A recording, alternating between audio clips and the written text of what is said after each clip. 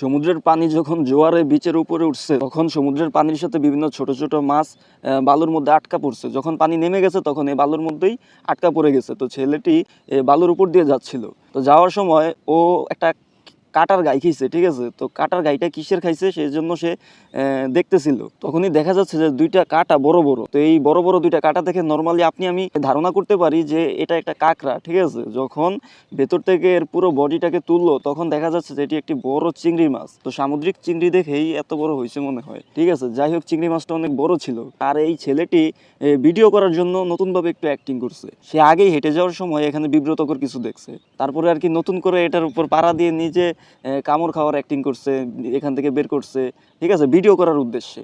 তো মাছটা পাইছে, ঠিক আছে, বালুর মধ্যে মাছ পাইছে, সামুদ্রিক মাছ এখানে আর কি আটকা পড়ে গেছে। আরেকটা কথা বলে রাখি, চিংড়ি কিন্তু কোনো মাছ না, চিংড়ি হচ্ছে একটা পোকা।